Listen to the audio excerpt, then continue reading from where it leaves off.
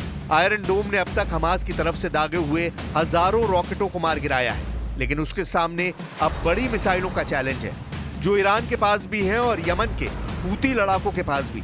जब से 21 दिसंबर वाले हमले ने इजराइल के मिसाइल डिफेंस को पंचर किया है, ईरान का हौसला भी बढ़ा है और यमन का जोश भी।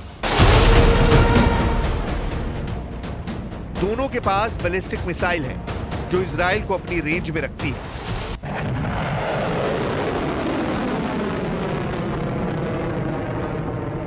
और इसी मिसाइल पावर को रोकने वाली 100% वाली गारंटी अब नेतन्याहू के पास खत्म हो चुकी है।